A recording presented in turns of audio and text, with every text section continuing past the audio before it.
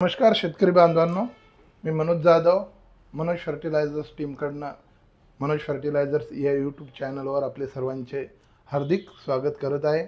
आज आपण घोणसर शिवारातील ज्ञानेश्वर कबाडी यांच्या टरबूज पिकाबद्दल चर्चा करत आहे। ज्ञानेश्वर कबाडी काही काळापूर्वी मनोज फर्टिलायझर्स टीमचे जे सहकारी होते, एक मेंबर होते। त्यांनी काही काळ मनोज फर्टिलायझर्ससोबत काम केलं। नंतर त्यांनी शेतीचा निर्णय घेतला आणि शेतीत सुद्धा उत्कृष्ट कार्य करत आहेत।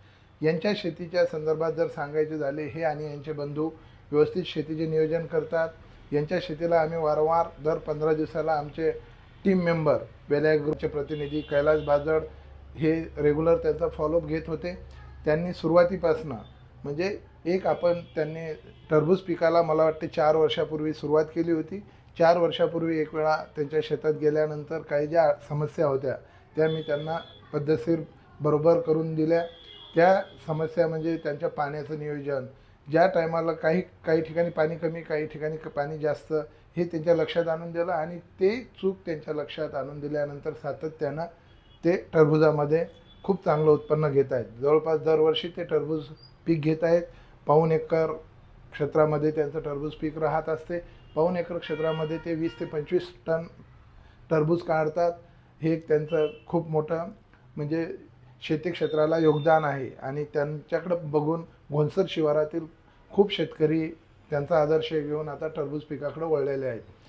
तर मित्रांनो, मनोज फर्टिलायझरसोबत ज्ञानेश्वर कबाडी जुटल्या गेले याचे सर्वात महत्त्वाचे कारण हेच आहे की आम्ही दर 8 ते 10 दिवसांना फील्डवर जाऊन आमचे टीम मेंबर कुठलेही असोत, कधी IPL कंपनीचे प्रतिनिधी पवन जाधव असोत किंवा वेलॅग्रो कंपनीचे प्रतिनिधी कैलास बाजड असोत, हे वेळोवेळी जाऊन त्यांना मार्गदर्शन करत असतात आणि त्या मार्गदर्शनातून त्यांचा एक फायदा होतो की कुठे चूक व्हायला लागली ते एक लक्षात येत असते आणि ती लक्षात आल्यानंतर उत्पन्नात बऱ्यापैकी फायदा होत असतो।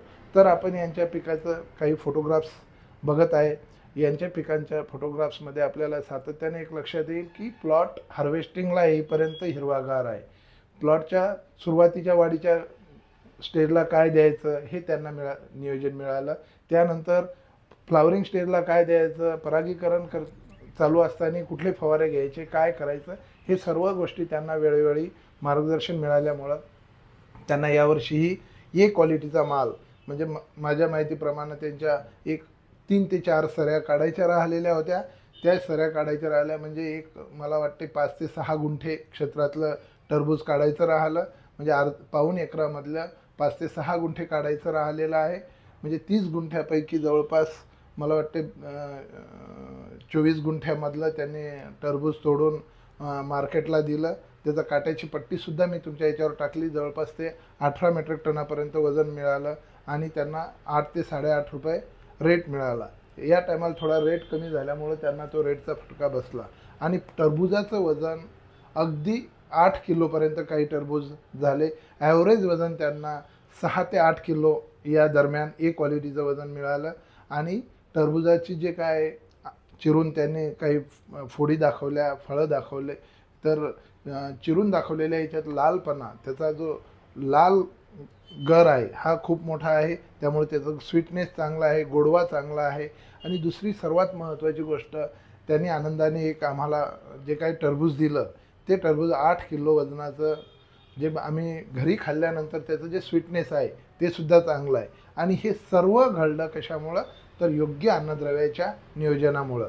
यामध्ये सर्वात मोठा वाटा आमचे team member Kailas Bajad वेलॅग्रो bioscience यांचे प्रतिनिधी यांचा आहे। त्यांनी वेळोवेळी सातत्यानं त्यांच्या गावात जाऊन त्यांना मार्गदर्शन केले आणि त्यांचे टरबूज पीक बहरले।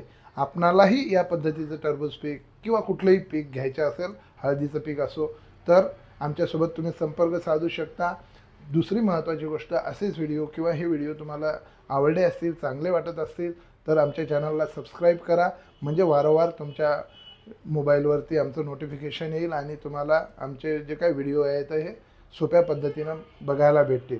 आणि बेल आयकॉनला तुम्ही टच करा, म्हणजे लाईक करा जर व्हिडिओ आवडला असेल आणि आपल्या काही सहकाऱ्यांना असं वाटत असेल की आमच्या मार्गदर्शनाने फायदा होतो तर नक्की शेअर करा।